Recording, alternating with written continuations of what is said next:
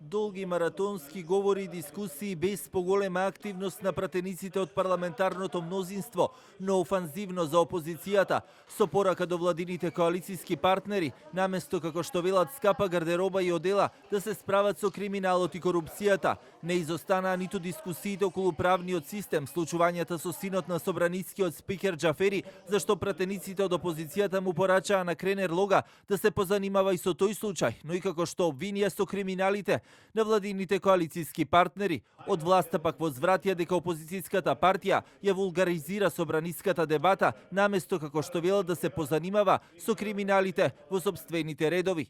Значи, новиот министер за правда Кренер Лога, ако сака и ако е заинтересиран да покаже владење на правото, може врз основа на наодите на Државната комисија за спречување на корупција да го поништи уверението за правосуден испит на господинот Џафери јуниор.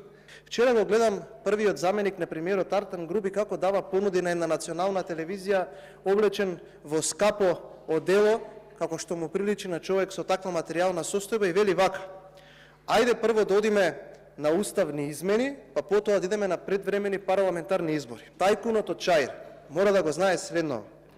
Ајде прво да направиме вака: да идеме на предвремени парламентарни избори, на тие избори да ги победиме. Веќе 10 дена во ова собрание процесот за реконструкција на влада се вулгаризира до бескрајност.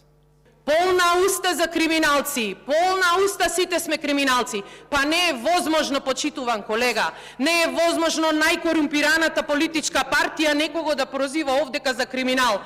Ова е втор ден од собраниската расправа за избор на новите министри кои чекаат да бидат гласани и именувани. За правда Кренер Лога, за здравство Фатмир Меджити, информатичко општество Азир Алију и за животна средина Каја Шукова. Најголем дел од негодувањата на опозицијата беа во насока на тоа дека, како што велат, им се скратува правото за поединечна дискусија, бидејќи целата расправа за сите министри е спакувана во една точка, а само гласањето ќе биде поединечно. Откако вчера заврши гласањето за разрешување на министрите на алтернатива, се поизвестно е дека парламентарното мнозинство е зголемено само за еден пратеник повеќе и ќе брои 65 пратеници, наместо досегашните 64, откако вчера не гласаа огнените, тројцата пратеници на алтернатива и Павле Трајанов, а наместо нив гласаа 8 на Алијанса за албанците и Скендер Реџепи кој гласаше против разрешување на Алити и Чупи, но го поддржа гласањето за разрешување на Беким Сали.